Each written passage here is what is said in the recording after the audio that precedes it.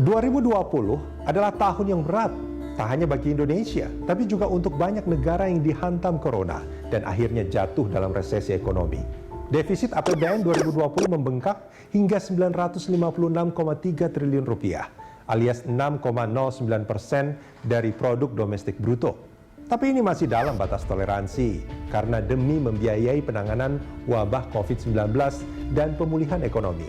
Pemerintah melonggarkan defisit APBN hingga 6,34% dari PDB. Ini biaya krisis kesehatan dan resesi ekonomi yang harus ditanggung.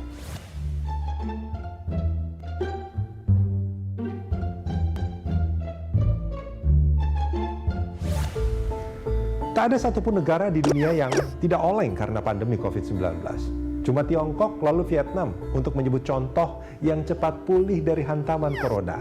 Kalau di kuartal ketiga tahun 2020, negeri kita tumbuh minus 3,49%, di periode yang sama, Vietnam tumbuh positif 2,62%. Negeri sosialis itu dengan strategi lockdown-nya, sanggup memobilisasi rakyat untuk taat protokol kesehatan dan keluar dengan ekonomi yang positif, saat negara lain masih terseok-seok karena corona.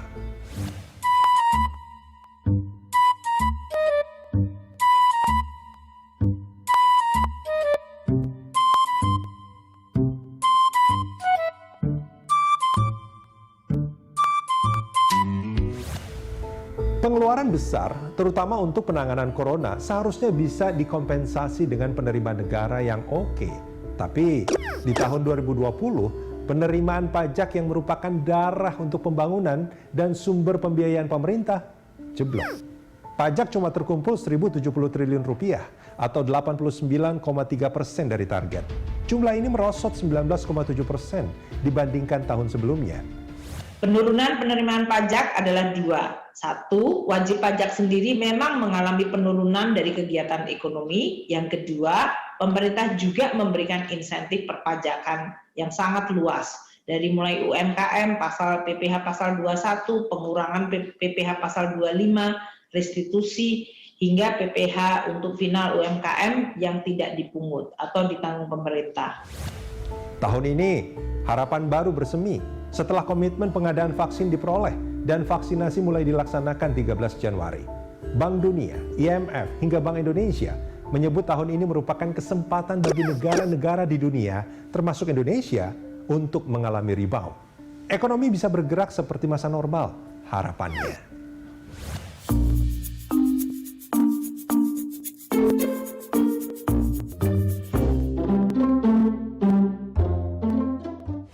Tapi ya itu tadi, pemerintah tetap harus merogoh kocek. Stimulus melalui suntikan dana PEN masih akan digelontorkan. Jumlahnya tidak sejumbo tahun lalu, tapi masih lebih besar dari perencanaan awal, yaitu 403,9 triliun rupiah.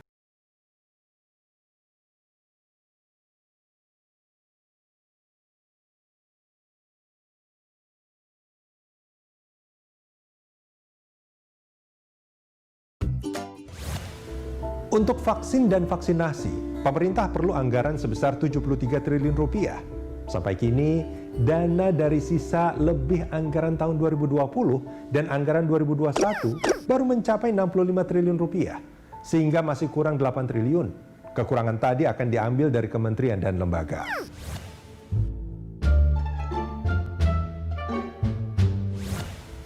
Begitulah, tak gampang memang menjadi bendahara negara seperti Sri Mulyani. Lebih tidak gampang lagi karena ini masih pandemi. APBN 2021 pun tetap dipatok defisit 5,7% dari PDB. Ini lebih rendah dari 2020, tapi hampir 2 kali lipat dibandingkan defisit di masa normal yang di level 3% dari PDB.